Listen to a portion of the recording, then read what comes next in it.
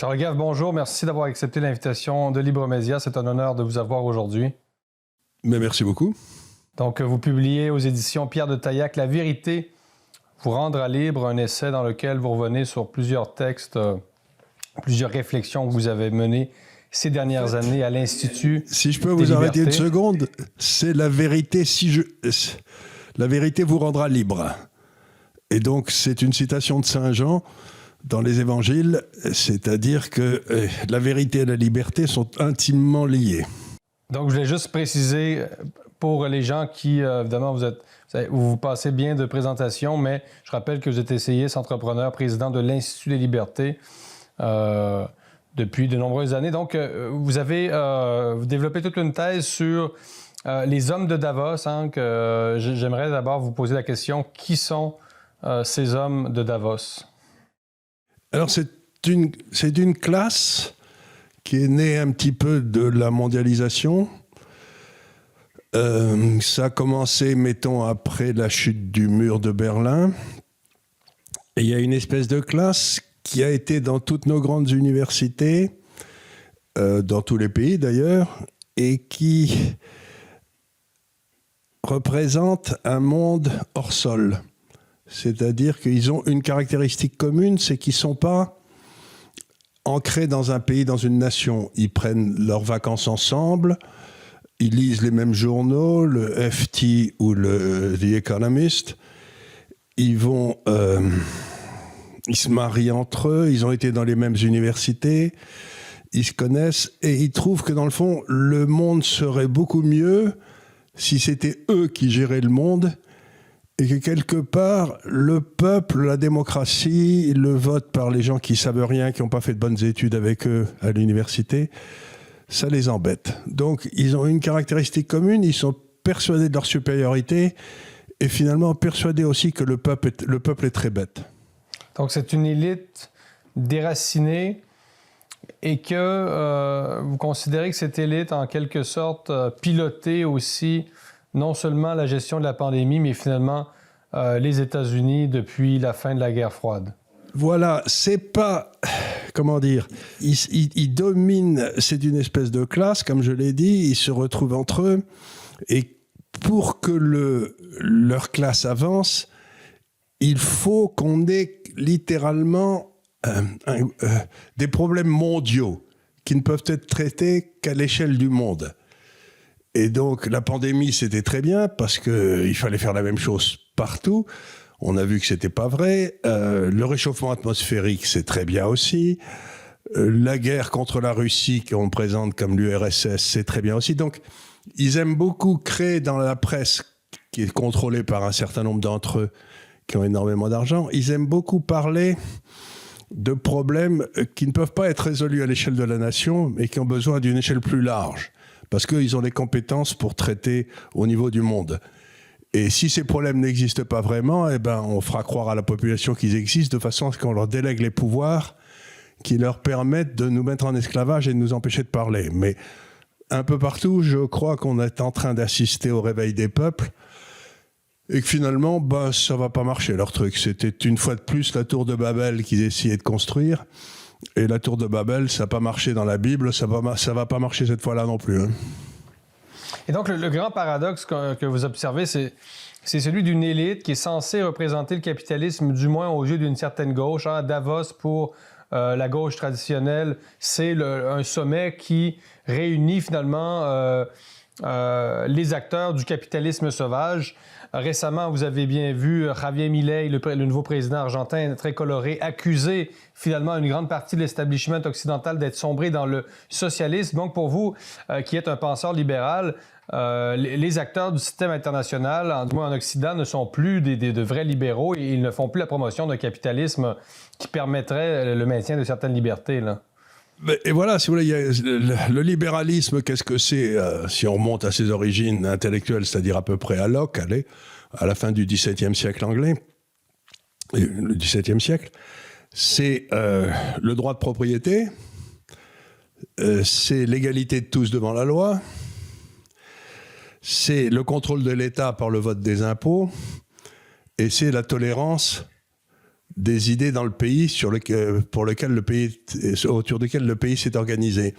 Donc, ces 4 idées sont battues en brèche par ces gens-là. Par exemple, le droit de propriété, ils se permettent de vous augmenter les impôts au point de vous spolier complètement, donc vous n'avez plus de droit de propriété. Le vote des impôts, le déficit budgétaire, c'est tourner le vote des impôts, parce que les impôts seront pour payer le déficit d'aujourd'hui, seront payés par nos petits-enfants.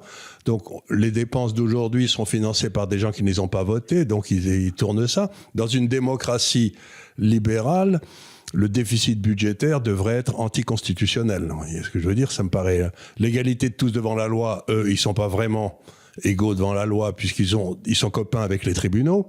Et enfin, la tolérance, ça n'existe plus puisqu'on n'a plus le droit de parler. Et on le voit très bien, c'est ce que je décris dans mon livre, le phénomène d'excommunication. Quelqu'un qui commence à dire que finalement, il n'aime pas tellement ces gens-là, il se retrouve immédiatement marginalisé, coupé, on le publie plus, on l'écoute plus, on le prend plus à la radio, on le prend plus à la télévision, et il se retrouve tout seul dans son coin. Donc, en fait, non seulement c'est pas du libéralisme, mais c'est une attaque directe et violente contre le libéralisme pour le remplacer par ce que j'appelle le capitalisme de connivence. C'est-à-dire, il y a un accord entre les grands dirigeants des grandes sociétés et les grands dirigeants politiques pour que le pouvoir politique protège le monopole des grandes sociétés et que pour les grandes sociétés, protègent par le monopole qu'elles ont de l'information les dirigeants politiques. Donc en fait, c'est une assemblée de coquins et de copains qui a décidé de nous mettre en esclavage pour leur plus grand profit. Et voilà, il y a un groupe criminel qui a pris le pouvoir sur nos États et nos sociétés et qui entend bien s'en servir pour nous maintenir en esclavage, un peu comme la mafia en Sicile, si vous voulez, c'est à peu près pareil. Et ce groupe, pour vous le reliez à ce qu'on appelle le Deep State aux États-Unis. Pour vous, le lien est très clair. Vous en parlez plusieurs fois. Là, vous utilisez le mot très clairement Deep State. En fait, l'État profond en français, évidemment. Là. L'État profond, c'est-à-dire qu'il y a un certain nombre d'endroits où l'État exerce son pouvoir. Et le Deep State, vous savez, c'est une notion qui remonte au dernier discours d'Eisenhower.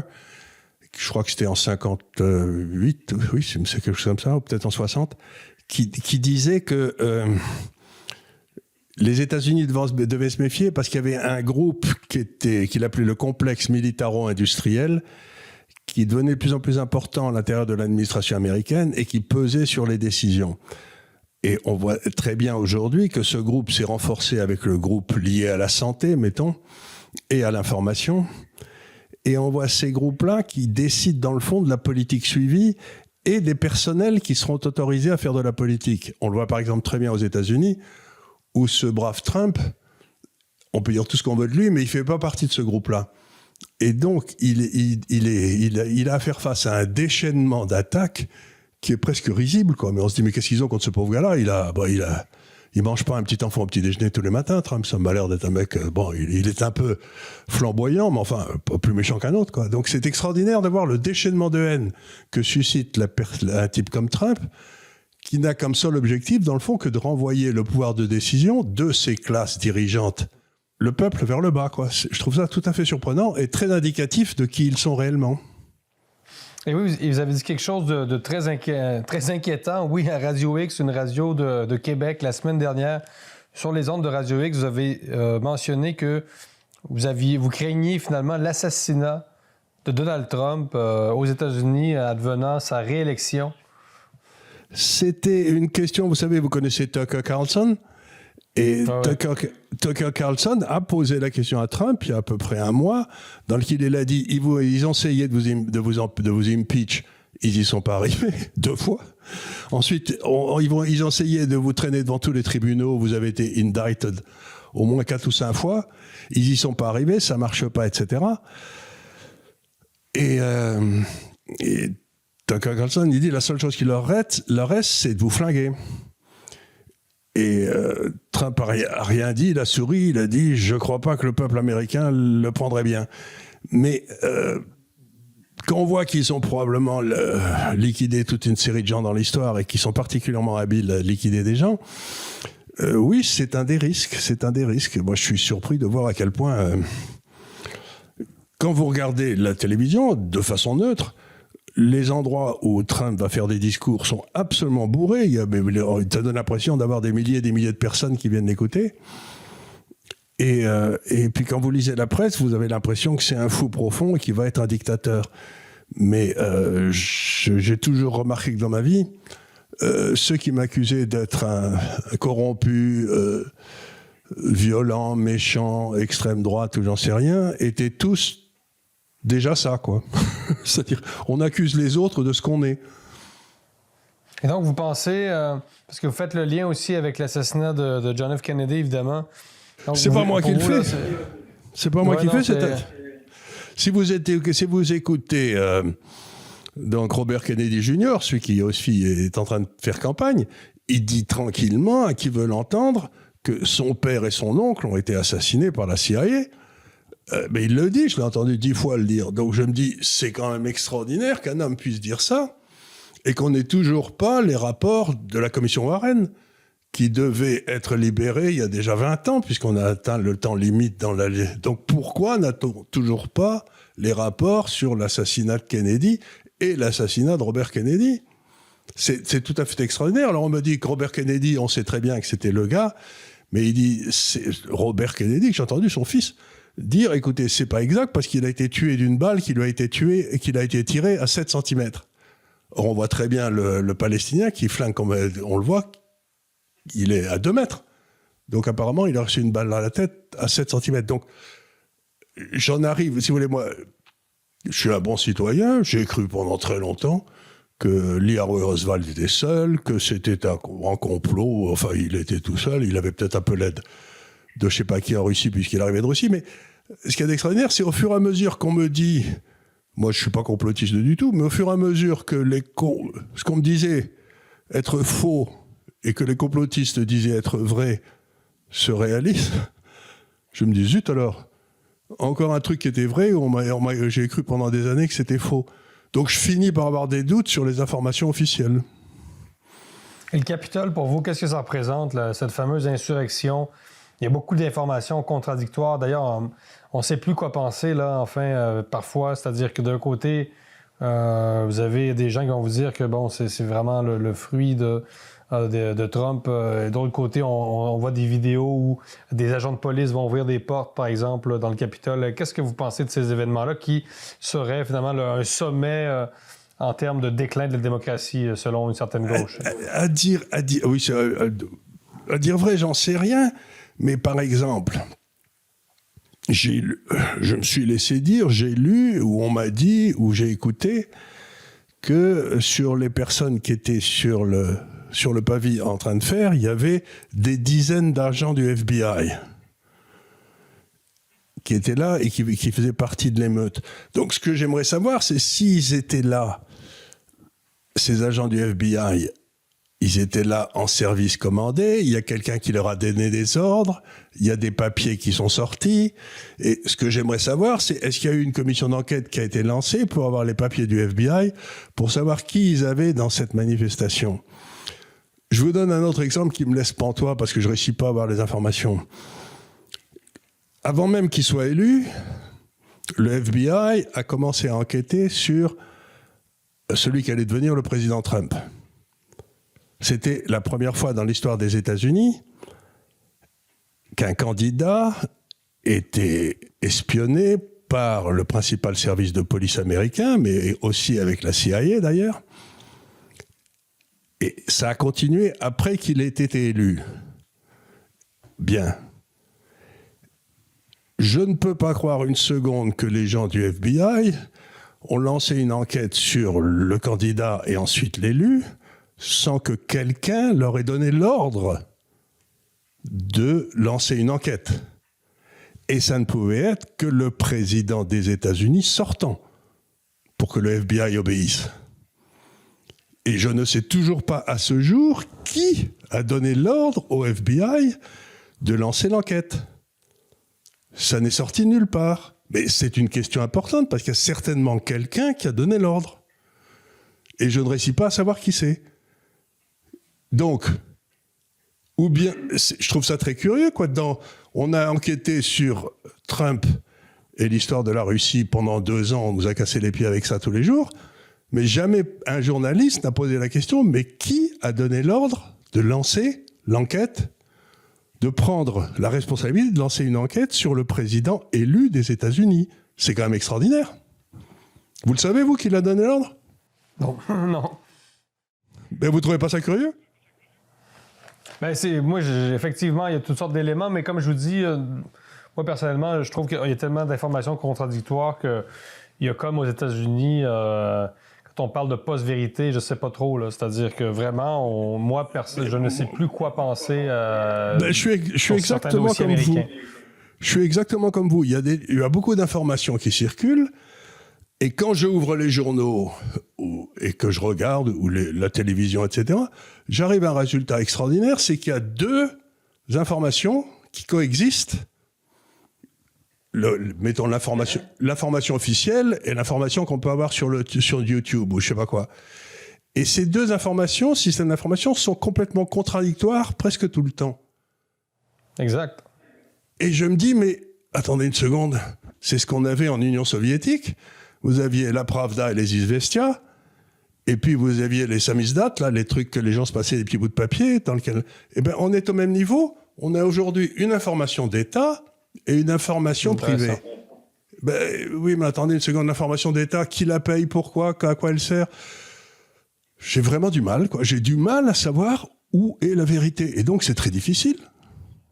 Très intéressant. Donc, ces deux mondes parallèles, est-ce qu'ils sont également le fruit, forcément, là, de la polarisation qu'on peut observer aux États-Unis depuis le wokisme en particulier? Évidemment, vous le savez mieux que moi, la polarisation de la société américaine remonte à la guerre de sécession, etc. Là, il y a plusieurs facteurs, mais cette polarisation qu'on observe, est-ce qu'elle vous inquiète beaucoup, pas beaucoup? C'est le reflet de quoi, selon vous, exactement? Alors, je vais vous répondre de façon...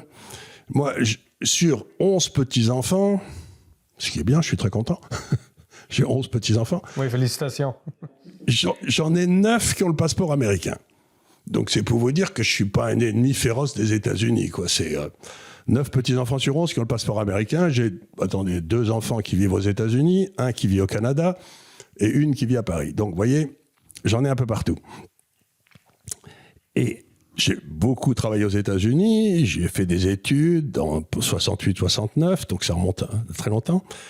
Et la société américaine était très polarisée, mais de 60, mettons, après le Watergate, là, de 74-75 à, mettons, le début du 21e siècle, la société américaine se dépolarisait. C'est-à-dire que les problèmes, par exemple, de race... Bon, il y avait encore quelques crétins ici ou là, mais il n'y avait plus vraiment de problème. Les choses avaient l'air de se pacifier gentiment. Et puis, il y a eu la présidence Obama, où d'un seul coup, le but de la présidence Obama, ça a été de repolariser tout le système politique américain. Et ils y sont très très bien arrivés. Donc, quand vous dites que c'est quelque chose qui vient de loin... C'est vrai et c'est pas vrai parce que c'est une nouvelle forme de polarisation qui a vraiment comme objectif de séparer les pères fondateurs blancs du reste de la population qui n'est pas blanche. Et donc c'est une attaque directe contre ce qui fait l'unité des États-Unis, c'est-à-dire leur constitution. Ils sont en train de nous dire que la constitution... sans lesquels les États-Unis n'existeraient pas, parce que c'est ça l'acte fondateur des États-Unis. Tout le monde se rassemble autour de la Constitution. C'est comme les 10 commandements, presque. Eh bien, cette Constitution, elle a été faite par des hommes blancs pour maintenir la suprématie des hommes blancs. Eh bien, c'est une saloperie. Et ça vient directement des années Obama, et c'est de là d'où vient le système woke, c'est bien tout ça. Donc, il y a à l'intérieur de la classe dirigeante aux États-Unis, en particulier dans le Parti démocrate, une profonde haine des États-Unis. Ce qui me laisse pantois. Donc pour vous, le retour de cette question raciale, si on peut dire, le retour de cette polarisation raciale, ce n'est pas le fruit, cette fois, de la droite, mais d'une certaine gauche pour qui, évidemment, on sait là, la question identitaire, décoloniale, donc le mouvement décolonial, celui qui déboulonne des statuts à gogo. Tout ça, ça vient des années Obama. Et en effet, vous aurez remarqué que depuis, le Parti démocrate est allé de plus en plus vers ces extrêmes. Il y avait toujours eu des cinglés au Parti démocrate comme il y en a au Parti républicain. On l'est d'habitude. Pendant qu'on fait en campagne, on fait semblant de s'intéresser aux extrêmes et puis dès qu'on arrive au pouvoir, on ne leur parle plus. Et cette fois-ci, les extrêmes du Parti démocrate ont vraiment pris le pouvoir. Et tout ce qui était, moi, dans le fond, le démocrate de mon enfance, qui était... des braves gens qui s'intéressaient aux petites gens. Aujourd'hui, le Parti démocrate n'est plus du tout le parti de la classe ouvrière, comme des blue collars. Il est devenu le parti d'une espèce de monde qui vit au travers des universités, des grandes fondations, et c'est ça, cette classe de 1%. J'ai lu, par exemple, un sondage d'opinion qui vient d'être sorti, qui avait été fait par Rasmussen, qui a été interviewé les fameux 1% qui sont au pouvoir, dont on parlait au début. Vous savez, ils ont sorti ça. Donc, ils ont fait un sondage d'opinion pour les gars qui avaient été fait des études supérieures et qui avaient un revenu, je crois, supérieur à 200 000 $ US par an. Donc, c'est les 1%. Hein. Et si vous interrogez cette classe, 80% de cette classe pensent que le peuple a trop de liberté. Et si vous interrogez le peuple, 80% du peuple pense qu'il n'a pas assez de liberté. Donc, c'est quand même rigolo. Donc, ils sont vraiment pas comme nous, quoi. Donc, la société de contrôle dont vous anticipez l'instauration, si ce n'est pas déjà enclenché, on va vers ça. Vous parlez de capitalisme de connivence. On est aussi dans un capitalisme de surveillance. C'est un capitalisme de surveillance, c'est un capitalisme de connivence. Et un capitalisme sans racines dans chaque pays. C'est vraiment un système aujourd'hui où vous avez des grandes sociétés multinationales. Prenez une société, je ne sais pas, comme Google, j'en sais rien. Ils ont des positions énormes en Europe, comme aux États-Unis, comme dans le reste du monde. Et comment ils payent leurs impôts ? Ils ont fait une espèce de système en Europe où les impôts sont payés en fonction de l'endroit où en Europe ils font apparaître leur rentabilité. Et vous le croirez ou pas, mais la rentabilité de Google et tout, elle apparaît toujours en Irlande. Parce qu'en Irlande, il n'y a que 3 ou 4% d'impôts sur les sociétés, alors qu'en France, il y en a 30. Donc, ils font plein d'affaires en France, et puis avec les prix de transfert, toute la rentabilité apparaît. Donc, ils ne payent aucun impôt en France. Et vous ne pouvez pas vous empêcher de vous dire, mais c'est des mauvais citoyens. Qu'est-ce qui permet à ces gens-là ? Normalement, on devrait les imposer du coup sur le chiffre d'affaires, mais on a signé des traités en Europe qui ont été préparés par ces 1% d'ailleurs, pour leur permettre de ne pas payer d'impôts partout. Mais c'est du capitalisme de connivence dans ce qu'il a de meilleur, quoi. C'est du brigandage. Libre Média, c'est beaucoup plus qu'un site web. C'est votre porte d'entrée dans l'univers médiatique. À Libre Média, nous croyons qu'il faut vous donner les moyens d'accéder aux informations qui comptent pour vous. Gardez une longueur d'avance grâce à nos analyses approfondies et à notre couverture exhaustive. Pour tous les détails, visitez notre site web au libre-media.com. Aimez, partagez, abonnez-vous dès maintenant. Libre Média, parce que vos choix sont importants. Donc pour vous, on est vraiment sorti du capitalisme traditionnel, si je peux dire, pour entrer dans quelque chose de nouveau, complètement nouveau, là.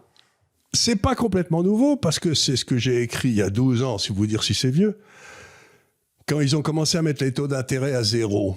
Vous savez, après la crise de 2008-2009, là, je ne sais pas si vous vous en souvenez, la grande crise financière, ils ont mis les taux d'intérêt à zéro. Et à ce moment-là, j'ai écrit un papier qui s'appelait « The High Cost of Free Money », dans lequel j'expliquais que quand l'argent était gratuit, ça favorisait de façon extraordinaire les riches et ça appauvrissait les pauvres. Et je vais vous expliquer pourquoi. C'est que les riches, par définition, être riche, c'est avoir des actifs, des immeubles, des sociétés. Donc, vous pouvez emprunter contre vos actifs. Si vous empruntez à zéro, vous ne prenez pas des masses de risques. Hein. Vous donnez votre immeuble en garantie et vous allez acheter un autre immeuble à côté. Mais à ce moment-là, qu'est-ce qui se passe ? C'est que les gens qui font ça ne cherchent plus à investir pour faire croître leur volume, ils cherchent à spéculer pour acheter des actifs qui vont monter. Donc, quand vous mettez les taux d'intérêt à zéro, le prix des actifs existants monte, comme par exemple la bourse ou les immeubles, mais il n'y a pas de nouveaux actifs qui sont créés. Et donc, comme il n'y a pas de nouveaux actifs qui sont créés, la productivité du travail baisse, puisque le stock de capital ne monte plus, et à ce moment-là, les pauvres s'appauvrissent. Et donc, si j'étais sévère, je dirais que cette classe a pris le contrôle de la Banque centrale américaine il y a déjà à la fin des années 90 et suit une politique de taux d'intérêt qui favorise les riches, défavorise les pauvres et finit en général par tout le monde qui se met sur la gueule parce que tout le monde est fâché. Donc, encore une fois, ce que j'essaye de dire, c'est que je ne suis pas conspirationniste, mais quand je vois qu'on m'explique que les taux d'intérêt bas, c'est une bonne chose, les taux d'intérêt bas, ça permet aux riches de devenir plus riches en spéculant et non pas en investissant, et ça liquide la classe moyenne, parce que du coup, il n'y a plus de boulot dans la classe moyenne, et vous allez, les pays qui investissent, comme en Chine, nous taillent des croupières dans nos affaires. Donc, c'est une trahison, et ce que j'essaye de dire un peu partout, c'est que la gauche a trahi le peuple, partout, parce qu'elle était censée représenter le peuple, et la droite, un peu partout, a trahi la nation. Donc vous êtes là, vous voulez voter, vous avez en face de vous un gars qui a trahi le peuple, ou un gars qui a trahi la nation, et vous votez pour qui ?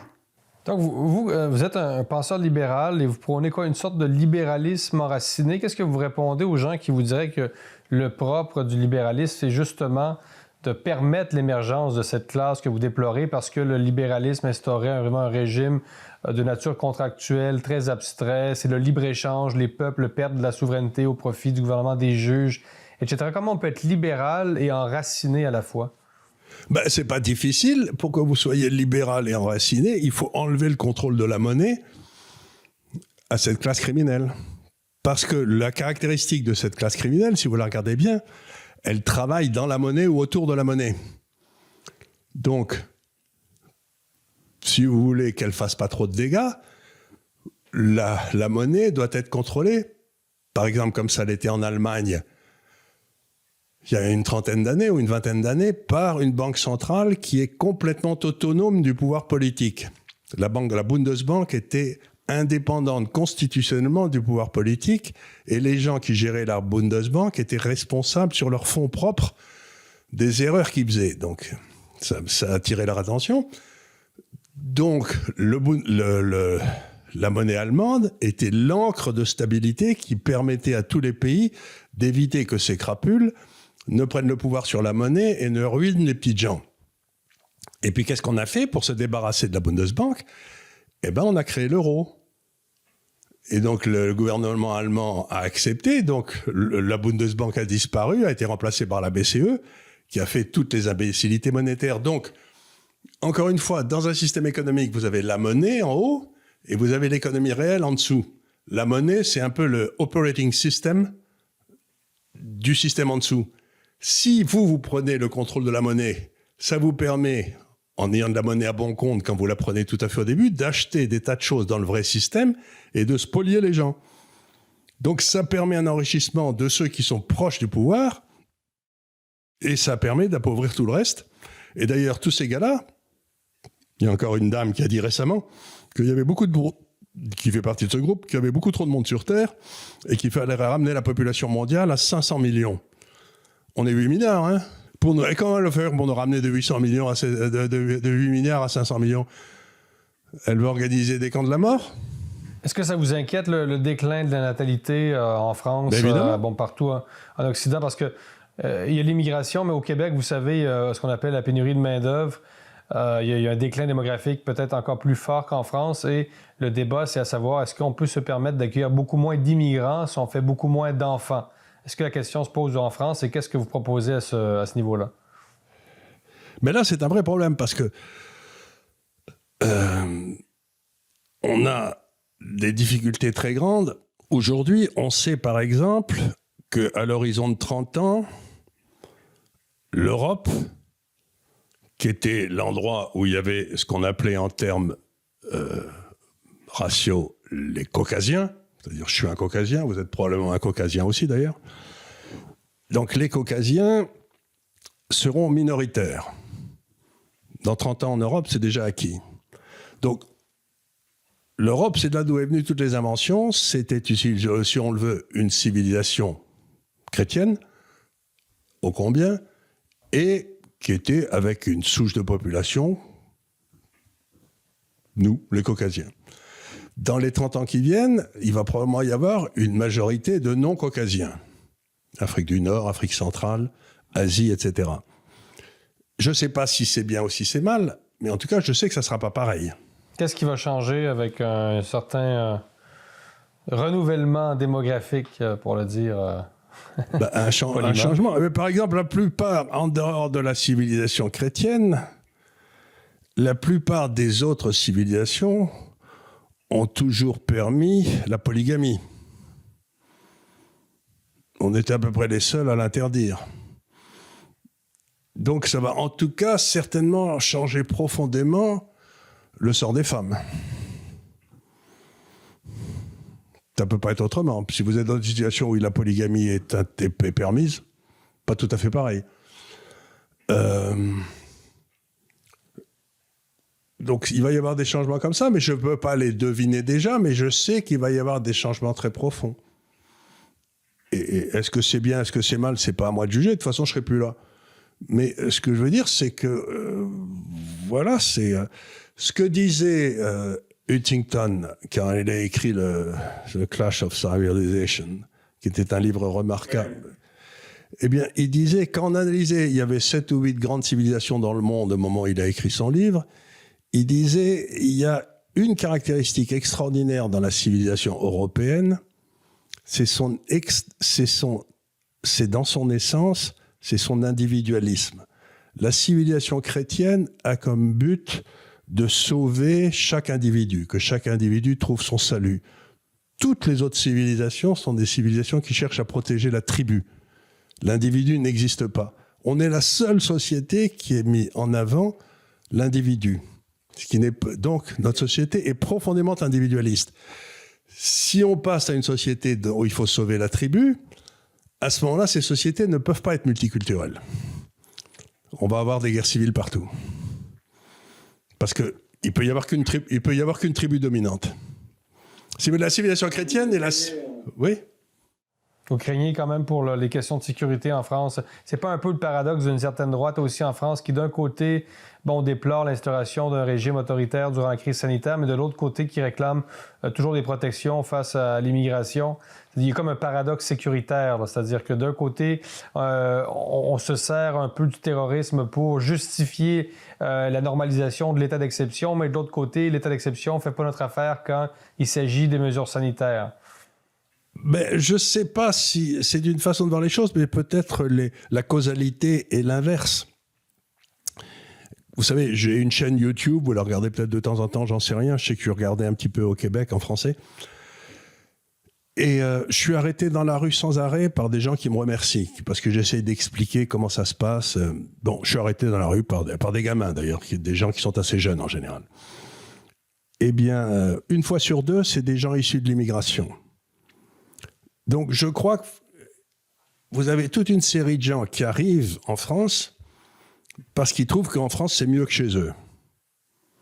Et 80% de ces gens veulent devenir des Français, être des bons citoyens, devoir rien à personne. Et puis vous avez 20% de ces gens qui sont des criminels en puissance, allez. Et la presse, les journaux, toujours les mêmes d'ailleurs, parlent uniquement de ces 20% qui sont des dangereux cocos. Et on fait un amalgame entre les 20% et les 80%. Mais moi, je trouve qu'il faudrait que l'État reprenne ses privilèges régaliens, qui cesse de s'occuper de tous ces transferts sociaux où il fait que des bêtises, qui reprenne en bon libéral que je suis, qui reprenne ses privilèges régaliens qui sont la police, la justice, l'armée, et qu'il gère ça de façon très ferme, c'est-à-dire que les 10 ou 20% qui font des bêtises, soit on les renvoie chez eux tout de suite, soit on les met en tôle chez nous, mais qu'il n'y a aucune raison pour qu'une minorité foute en l'air la majorité.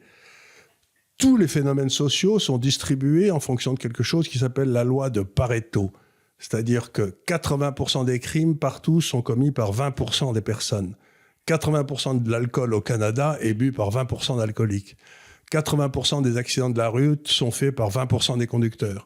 Donc j'aimerais bien qu'on identifie ces 20%, qu'on les coince et qu'on laisse les autres devenir des bons Français. Or, c'est exactement le contraire qui se passe. Aujourd'hui, un musulman a du mal à trouver du travail, même s'il est très bien, parce qu'on l'identifie à une classe criminelle. Et il n'y a aucune raison. C'est simplement parce que l'État ne fait pas son boulot.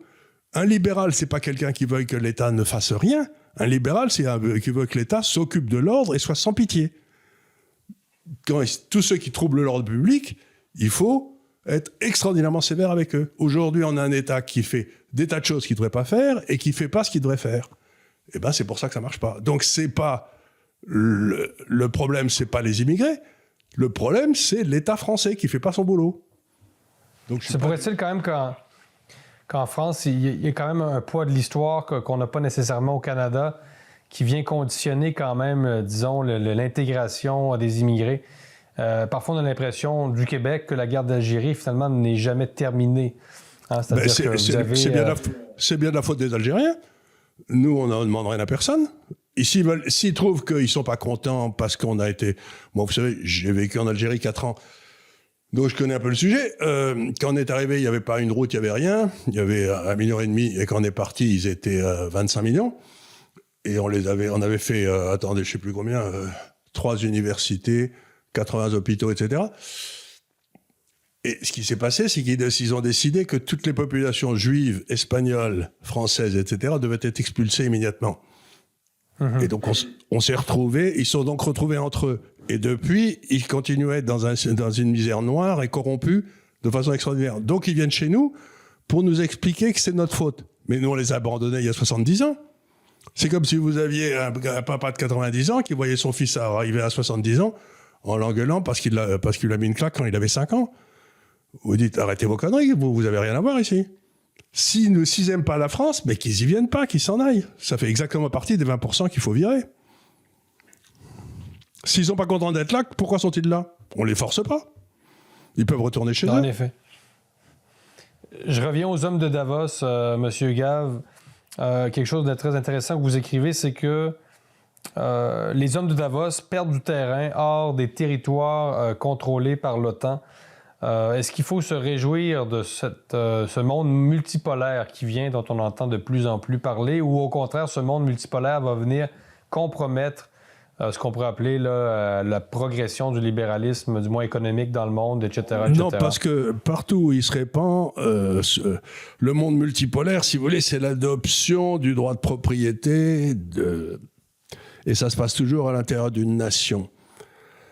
Donc, ce qu'on dit toujours, on vous dit par exemple la France, le niveau de vie a baissé depuis 10 ans, ce qui est vrai, c'est à cause, je ne sais pas quoi, de ce qui s'est passé, parce que le travail n'est pas assez cher en Chine ou en Inde ou j'en sais rien.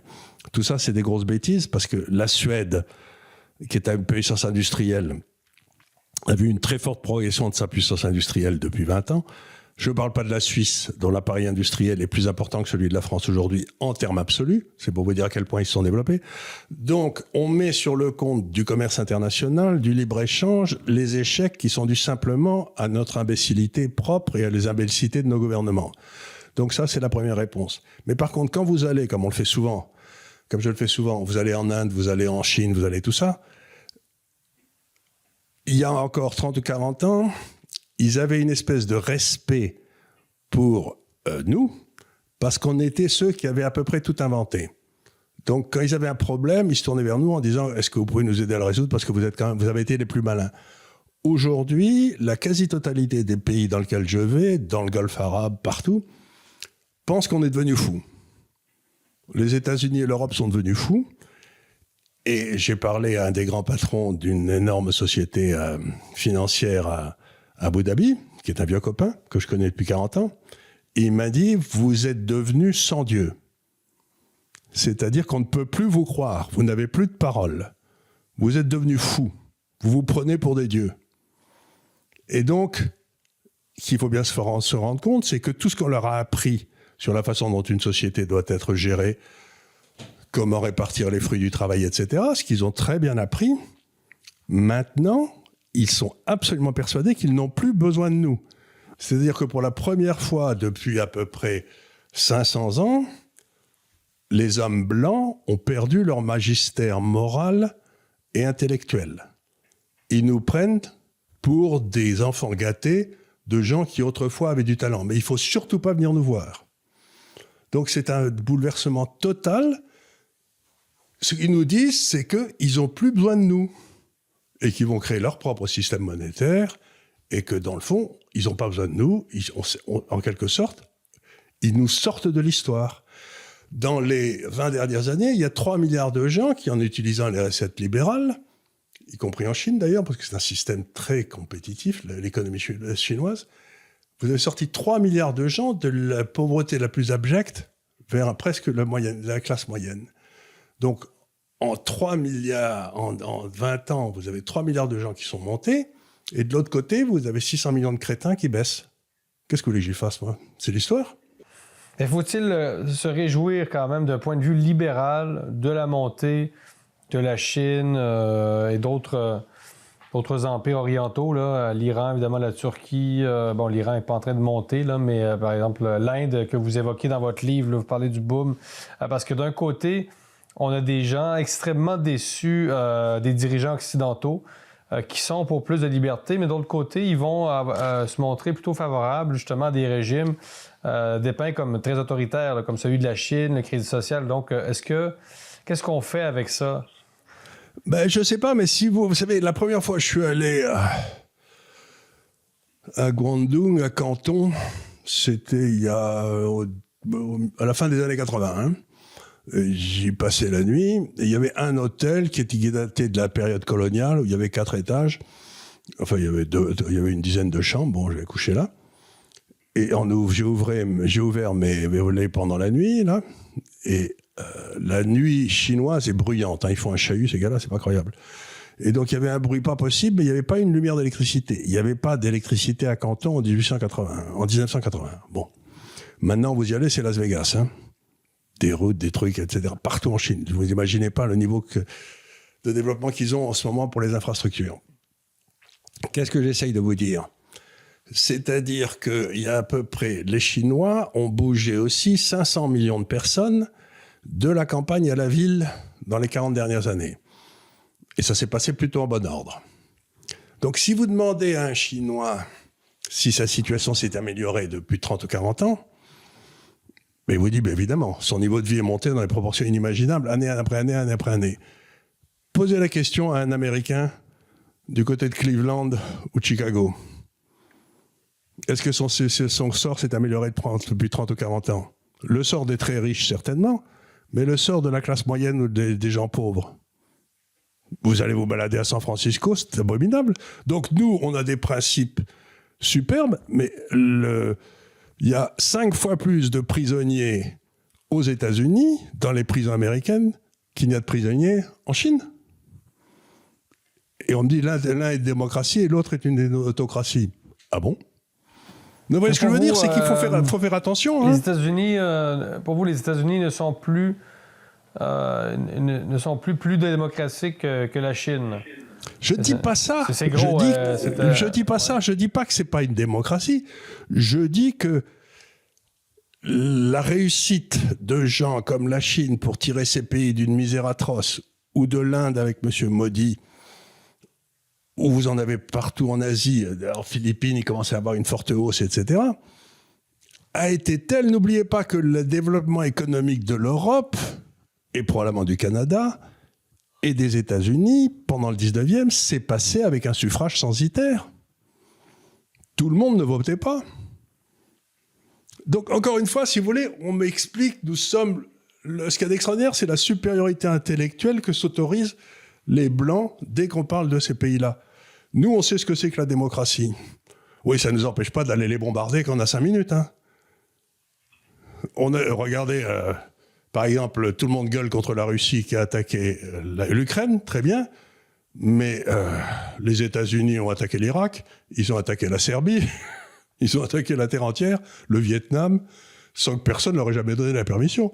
Donc, si je comprends bien, nous, on a le droit de les ratatiner, mais eux, ils n'ont pas le droit. Donc, encore une fois, cessons de penser que nous sommes le bien et que les autres sont le mal. Il y a peut-être d'autres façons de développer les sociétés. La société confucéenne est complètement différente d'une société chrétienne, mais ce qui est terrible, c'est que notre société aujourd'hui n'est plus chrétienne. Elle ne marche plus. Vous avez qu'à aller voir à San Francisco ou à Los Angeles, les gens dans la rue, qui sont des zombies, qui sont en train de crever la bouche ouverte, avec des drogues partout. Mais c'est abominable. Donc, si vous voulez, arrêtons de nous penser supérieurs. Regardons nos problèmes et traitons-les avant de dire aux autres comment ils doivent traiter leurs problèmes. Ce réveil des peuples que vous anticipez dans votre livre, La vérité vous rendra libre, comment ça va se passer selon vous, ce réveil des peuples que plusieurs attendent? Le réveil des peuples, si vous voulez, c'est... Aujourd'hui, je vous donne un exemple. La France a à peu près fait 1% du PIB mondial, hein. À peu près 1% du PIB mondial, allez. Et elle a fait à peu près 9% des dépenses sociales mondiales. Vous croyez que ça peut durer ? C'est pas possible. Donc, ce qui se passe, c'est pour maintenir ce système social que j'appelle le social clientélisme, eh bien, on est en train d'arriver à ruiner nos appareils de production, en particulier comme des pays comme la France, les États-Unis, qui en plus ont la guerre. Très bien. On est en train de les ruiner. Mais en fin de parcours, quand vous avez perdu une guerre et que vous êtes ruiné, en général, votre monnaie disparaît. Pour éteindre tous ces espèces de droits que vous avez donnés à des gens que vous ne pourrez jamais payer. Comme disait Rueff, qui était un grand économiste français, le taux de change, c'est l'égout collecteur des droits non gagnés. On a donné des droits non gagnés par centaines de milliards, on ne peut pas les payer, donc la monnaie dans laquelle on est censé les payer va disparaître. Donc ce qui va se passer, c'est qu'on va avoir une chute du niveau de vie terrible dans nos pays quand nos monnaies vont s'effondrer. Et tous ces gars-là vont perdre tout ce qu'ils ont. Et ça me paraît une excellente idée, parce qu'enfin, on va redevenir libre. C'est ce qui s'est passé en Argentine. C'est exactement ce qui s'est passé en Argentine. L'Argentine était le premier niveau de vie du monde en 1890. Ils ont suivi 100 ans de socialisme, de clientélisme, de saloperie, de pourriture, comme on a suivi nous. Et ils sont passés du premier rang niveau de vie à 156. Et là, ils ont élu Milei. Parce que même les subventions qu'ils recevaient ne valaient plus rien. Ça ne valait pas le papier sur lequel c'était écrit. Donc encore une fois, le seul système qui soit moral, juste, est un système basé sur la liberté.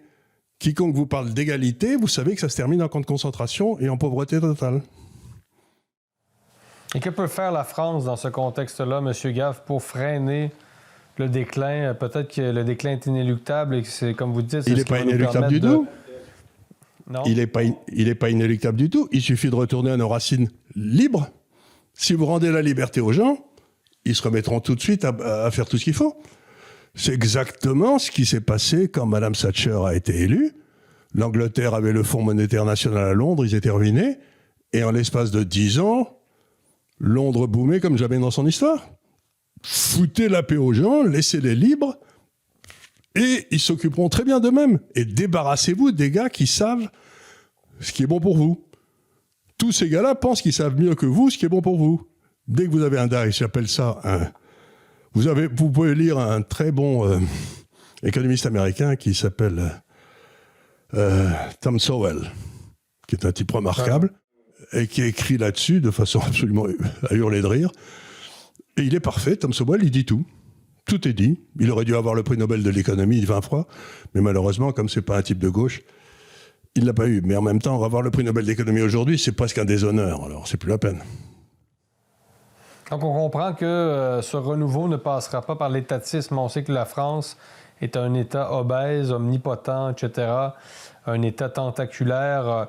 Du point de vue nord-américain, il y a des réflexes français qui peuvent paraître assez étranges, là, comme les retraites. Inefficaces, surtout. Qu'il soit obèse, mais surtout, il ne peut plus bouger. Il est gros, il est adipeux, et rien ne marche. Donnez-moi une seule chose dont l'État s'est occupé en France depuis 40 ou 50 ans, ou sans doute au Canada d'ailleurs, et qui marche. L'éducation, ça marche pas, les hôpitaux, ça marche pas, la police, ça marche pas, l'armée, ça marche pas, la diplomatie, ça marche pas. Donnez-moi un truc, rien. Donc, les Français ont ce curieux réflexe, quand ça marche pas, ils disent il faut que l'État s'en occupe. Et là, si ça marchait pas très bien, après, ça marche plus du tout. Donc, foutez bien la paix aux gens et arrêtez de compter sur l'État, quoi. Ça me serait simple. D'ailleurs, dans votre livre, vous évoquez une sorte de destruction volontaire du système d'éducation. Oui. Parce que ces gens qui sont au sommet, ils ont besoin de gens obéissants. Ils n'ont pas besoin de gens pensants. Vous savez, vous avez plusieurs étapes dans le fonctionnement d'un cerveau. Vous avez le cerveau puissant, par exemple, d'un Raymond Aron ou d'un Albert Einstein ou je sais pas qui crée un monde nouveau autour d'eux, qui sont tellement puissants qu'ils ont la capacité à conceptualiser la réalité. Puis ensuite, vous avez les gars qui sont capables de faire tourner des tableaux Excel, au niveau en dessous. Et puis en bas, vous avez les exécutants à qui vous donnez des pelles et des pioches. Eh bien, ces gens qui sont au pouvoir, ce groupe, ils ont décidé qu'ils mettraient leurs enfants dans des écoles où on s'occuperait de l'intelligence conceptuelle, mais que les autres enfants n'auraient droit qu'à des tableaux Excel. Et donc, ils ne veulent pas de gens intelligents, ils veulent des gens obéissants. Les sociétés humaines sont fondées soit sur l'obéissance, soit sur la compétence. Ben, ce que je vous dis aujourd'hui, c'est que nous avons ces gens-là qui sont intelligents conceptuellement, ont décidé de nous forcer à vivre dans des sociétés d'obéissance. Et ils ont détruit le système d'éducation qui permettait à ceux qui naissaient dans un monde d'obéissance de devenir dans un monde de compétences. Et donc, ce que j'essaie de dire, oui. Pour vous, la France, en gros, n'est plus une méritocratie. Pas du tout. C'est devenu aujourd'hui, surtout les gens qui dirigent la France depuis 20 ans à peu près, la quasi-totalité viennent de 30 jardins d'enfants à Paris. Et est-ce que c'est pas ça qui nourrit un peu le ressentiment de certaines populations immigrées en France, c'est-à-dire cette espèce de France... Mais pas que des émigrés, si je peux dire. Pas que des émigrés. Pas que des émigrés, mais des gens normaux, si vous voulez. Autrefois, quand j'étais... Des classes populaires, gilets jaunes, etc., là, la France profonde, finalement. Ben, la France profonde, si vous voulez. Aujourd'hui, vous aviez des gars comme, je sais pas, Jaurès ou Péguy, qui naissaient, l'un à gauche, l'autre à droite, qui naissaient dans un milieu pas très favorisé ou défavorisé, et qui faisaient normal sup, et qui devenaient des grands intellectuels ou des grands politiques. Aujourd'hui, tous les gars qui vont dans Malsup, je vous dis, ils sortent de 30 jardins d'enfants à Paris. C'est-à-dire qu'il n'y a plus... Autrefois, il y en avait un qui arrivait de Paris ou d'une banlieue parisienne, l'autre qui arrivait de Carmaux, je ne sais plus, dans le Massif central. Donc la France, c'était une méritocratie avec l'école républicaine qui faisait monter les plus brillants. Camus avait été découvert par son instituteur, M. Germain, quand il était en 7e à Alger. Et M. Germain avait été voir la mère de Camus, qui était illettrée, pauvre à un point incroyable, et qui lui avait dit « il faut absolument que cet enfant fasse des études ». Et donc c'est M. Germain qui a permis de découvrir Camus, qui était le fils d'une immigrée espagnole, qui était pauvre comme Job et qui savait ni lire ni écrire et qui était un peu simplette. Donc, ce que j'essaye de vous dire, c'était ça, la République française. C'était ça, l'école républicaine. Mais à partir du moment... Les choristes, là... Mais on n'y est plus. Morange devient chef d'orchestre, rappelez-vous, dans les choristes, un peu cette France-là... Mais c'est cette France-là et c'était cette France-là qui avait des très grands intellectuels parce qu'ils arrivaient de milieux inattendus. Mais pour la première fois en 10 siècles d'histoire de France, nous n'avons plus un seul grand intellectuel français. Parce que tous ces gens-là... Pour être un grand intellectuel, il faut être capable de surmonter des difficultés extraordinaires, par exemple dans son enfance, pour arriver à faire des études, etc. Mais si vous êtes dans un milieu protégé, où tout le monde s'occupe de vous, vous avez des professeurs et tout, vous aurez les meilleurs concours, mais ça ne veut pas dire que vous êtes intelligent, ou que vous êtes exceptionnel. Ça veut juste dire que vous êtes né dans une bonne famille. C'est honteux. Parce que vous dites que la société occidentale est devenue extrêmement fragile. Ça fait partie de ce que vous décrivez, ça fait partie du système d'éducation en ruine. Ça fait partie du système. Et autrefois, quand j'étais enfant, par exemple, dans le sud-ouest de la France ou des choses comme ça, où la France avait cette capacité d'un seul coup de faire monter des types dont personne n'avait jamais entendu parler et qui devenaient l'homme politique local et qui savaient parler du pays. Aujourd'hui, vous regardez où vivent les hommes politiques en France, ils vivent à Paris, et où ils passent leurs vacances, vous voyez, c'est tout le long du littoral atlantique, le littoral méditerranéen et les Alpes où il y a les stations de ski. Donc, ces gars-là n'ont plus aucun contact avec la France profonde. Ils sont juste là, et voilà, ils sont dans un monde à eux, une espèce de bulle, et ils connaissent pas les gens en dessous, ils connaissent pas le pays, ils connaissent pas la bouffe, ils connaissent rien. Macron, pour vous, c'est le paroxysme de cette France c'est grotesque. Complètement déconnectée. Mais Macron et son gouvernement actuel, ça touche au délire. En plus, ils sont tous cousins. Qu'est-ce que vous pensez du nouveau premier ministre qui a de l'air tout à fait inoffensif? Mais qu'est-ce que vous voulez ce que je dis aux gens quand ils me disent qu'est-ce que tu penses du Premier ministre qui a 34 ans, je leur dis écoute, il y a 15 trucs à dire, c'est place aux vieux. Parce qu'un jeune de 34 ans qui n'a jamais rien fait, qui n'a jamais travaillé, qui n'est pas particulièrement brillant dans ses études, 34 ans, mais qu'est-ce qu'il va faire quand il va se retrouver face, par exemple, à des généraux français s'il y a des émeutes en France? Qu'est-ce qu'il va leur dire? C'est grotesque. Quelle crédibilité va-t-il avoir face à des généraux, face à des syndicalistes méchants, face à un Poutine? C'est grotesque.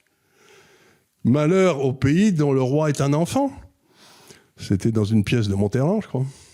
Charles Gave, c'est un grand plaisir qu'on a eu de vous avoir aujourd'hui. Merci pour ces éclairages et on souhaite un nouveau tirage de votre livre qui est déjà rendu, si je me souviens bien, à 20 000 exemplaires vendus. Oui, je suis très content et très surpris, mais en plus, je suis très fâché parce que j'ai donné tous les droits de mes livres à l'Institut des Libertés. Donc on va gagner l'argent dessus et je ne vais pas en voir le premier, mais je m'en fous. Et en terminant, je veux vous demander, M. Gave, si vous aviez peut-être une visite au Québec prévue prochainement. Alors, dans le temps, j'y allais beaucoup, parce qu'on avait pas mal de clients au Québec dans ma vraie société qui s'appelle GAFCAL. On a plein de clients au Québec, à Montréal, à Toronto, sur la côte ouest là-bas. Mais maintenant, mon fils qui gère la société, qu'on a créée ensemble il y a 25 ans, trouve que je suis un peu trop vieux pour voyager. Ah. Alors, il me restreint dans mes voyages. Mais sinon, moi, je serais toujours dans l'avion en train d'aller voir les gens à droite et à gauche. Hein, mais c'est difficile maintenant, il m'empêche. Je suis brimé par mon fils. Bon. Merci beaucoup, à très bientôt. Mais je vous en prie.